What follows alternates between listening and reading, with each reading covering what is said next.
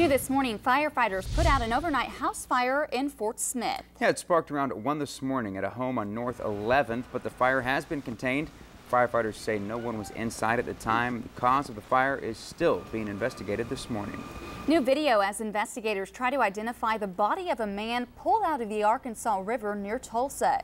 Police say a woman who was fishing spotted the body floating near the Highway 97 bridge. Sand Springs Police and the Tulsa County Sheriff's Office responded around 7 o'clock last night. Investigators say it appears the body may have been in the water for several days. They're now searching up and down the banks of the river, trying to figure out where the man may have come from. Former Northwest Arkansas developer Brandon Barber will stay in jail until his date in court, despite attempts by Barber's attorneys to get him out. 5 News reporter Allison Woods joins us live in Fayetteville with the latest. Allison. Good morning. Brandon Barber remains in jail here at the Washington County Detention Center after a federal judge denied his release. Now, about a month ago, a federal judge here in Fayetteville ruled Barber violated terms of his home detention after prosecutors present credit card receipts showing he made transactions at restaurants and at other places during that time. Barber's attorney is trying to overturn the decision, but another judge denied it, saying Barber poses a financial danger to the community. Barber was arrested after years of investigation by federal agencies into fraud and money laundering allegations. He declared bankruptcy in 2009 after racking up $200 million in loans. Investigators say he hid assets from the courts and creditors during the bankruptcy process. Now Barber faces 27 counts of fraud and money laundering. Live in Fayetteville, Allison Woods, 5 News. Allison, thank you. Barber's trial is set for October 21st in federal court in Fort Smith. An update to a Fort Smith machete murder investigation. The attorney of a Fort Smith man charged with killing 2 men with a machete wants all parties involved not to say anything to anyone outside of the case. Attorney Terry Chambers represents Gregory Kinsey. Kinsey is charged with 2 counts of capital murder for the deaths of Brandon Prince and Nathan Young last month. Chambers wants to prohibit any pretrial publicity, so she is asking for what's known as a gag order.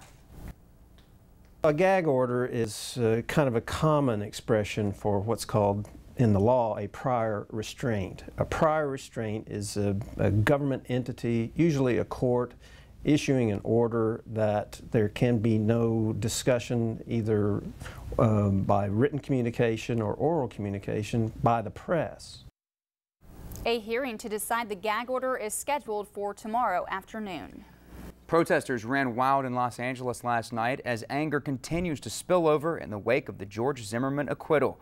A mob of young men ran through the streets, storming into stores and swarming vehicles. According to police, at least 13 people were arrested.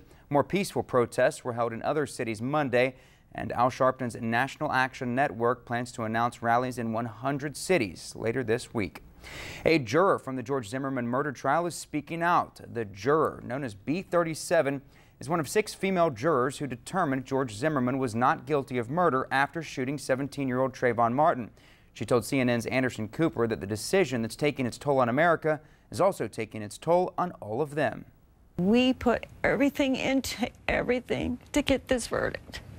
I don't think any of us could ever do anything like that ever again. The juror says she was convinced Zimmerman was trying to defend himself, and she believes race had nothing to do with it. She says she hoped to write a book about the trial someday, but she now says she's abandoning those plans. Attorney General Eric Holder has directed his department to explore the possibility of filing criminal civil rights charges against Zimmerman. I believe that this tragedy provides yet another opportunity for our nation to speak honestly about the complicated and emotionally charged issues that this case has raised. Attorney General Holder will address the NAACP's annual convention later today. Looking ahead today, the Fayetteville City Council will decide whether police can buy 7 new Chevy Tahoes. The department would normally place its order for new vehicles next spring. However, Fayetteville PD is ordering them early because there will be a significant price increase for the 2015 models due to a redesign. The 7 Tahoes will cost more than $170,000. Also new today, Rogers Planning Commission to decide whether the AMP can move away from Fayetteville. Walton Arts Center board members voted earlier this year to build a permanent $11 million structure for the AMP in Benton County.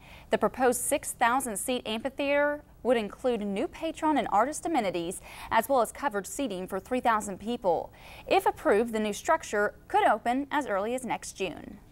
New this morning, Walmart joins the controversy in Benton County over a proposed transmission line. The company has formally submitted paperwork to the Arkansas Public Service Commission petitioning against lines on their property.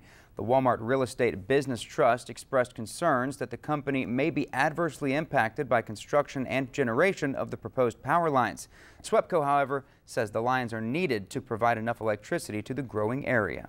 Ben Guerin Park could be getting 2 new softball fields. Tonight, the Fort Smith Board of Directors will consider accepting bids for construction of the new softball fields. The fields have been among the Parks and Recreation Department's top priorities since the Softball Association was forced to move from Andrews Field.